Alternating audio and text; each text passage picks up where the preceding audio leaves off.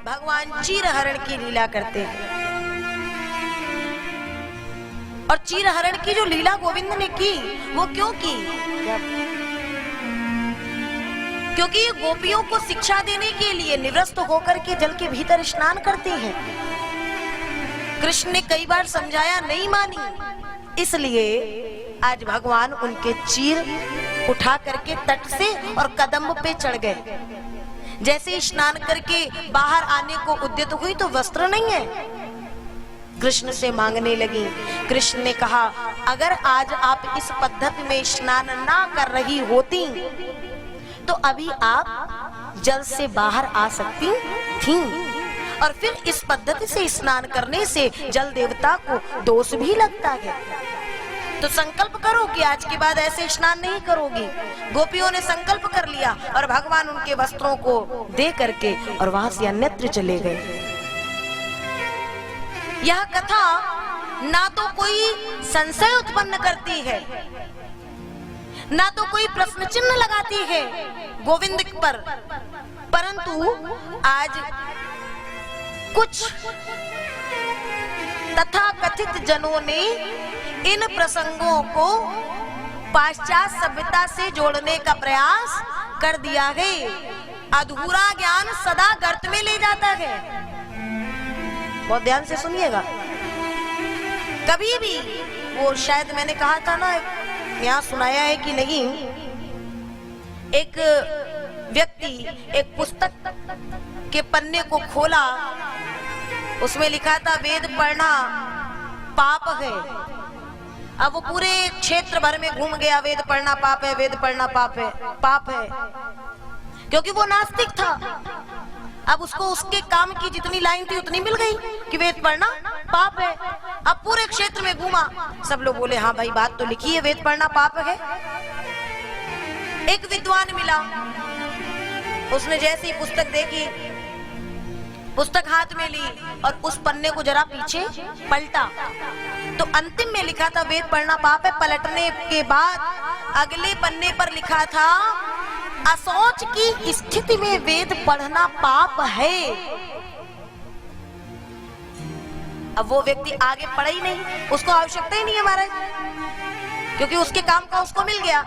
वैसे ही आज कुछ तथाकथित लोग हैं जिनको कि अपनी बात बनाने के लिए कहीं से कुछ थोड़ा मोड़ा इधर उधर का ज्ञान मिल जाए, प्रपंच का ज्ञान, तो बस वो उसी ज्ञान को लेकर के आगे बढ़ जाते हैं। ये भागवत को जिन लोगों ने एक बार भी ध्यान से सुन लिया या कि अध्ययन कर लिया, वो उस परब्रह्म परमात्मा पर कभी प्रश्न चिन्ह लगाने वाले नहीं है। अरे हमें सामर्थ्य क्या है जो हम परमात्मा पर प्रश्न चिन्ह लगा पाए? वो परमात्मा जो कलातीत कल्याण कल्पांतकारी सदा सच्चिदानंद दाता पुरारी, सूर्य की लाली में, चंदा की उजियाली में जो है हरियाली में, वृक्षों की डाली में, शिशु की बोली में, कोयल की कूकू में, प्रेमी पपीहा के पीऊ पीऊ में और मयूर की हुकों में, उस परमात्मा पर हम कौन है संशय करने वाले, संदेह करने वाले? और तब ये लीला के पश्चात आता है कार्तिक का महीना, जिसमें आप कभी वृंदावन जाएं तो हमारी जितनी मैयाएं हैं वो सब यमुना जी में जाती हैं और दीप प्रज्वलित करके और यमुना जी में प्रवाहित करती हैं।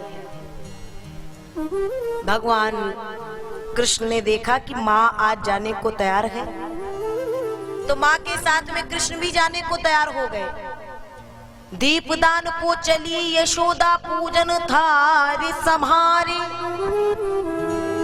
जैसे यशोदा अम्बा चली ना, गोविंद ने देखा, गोविंद भी चल दिए। मैया ने मना किया, नहीं माने, और वहां पहुंचने के पश्चात देखते क्या है कि माँ दीप प्रज्वलित कर करके और यमुना जी में प्रवाहित कर रही है, और मेरे कृष्ण बगल में बैठ करके जो दीप उधर जा रहे हैं और जो घूम घूम के उनकी ओर आ जाए उनको उठा उठा करके किनारे से लगाते जा रहे हैं। बगी जाई जो बिच धारा में, लाऊं तिन्हें किनारे से।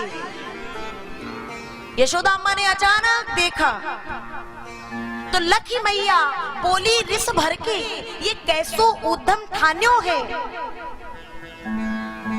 यही उद्दंडता के कारण तुझको नहीं ला रही थी, मैं प्रवाहित कर रही हूँ और तू दीपों को निकाल निकाल के किनारे से लगा रहा है। बोले मैया सबको कहाँ लगा सकता हूँ।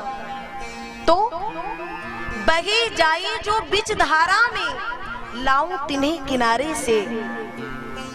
जो बहते बहते घूम करके मेरे सम्मुख आ जाते हैं, मैं उन्हें किनारे से पार लगा देता हूँ।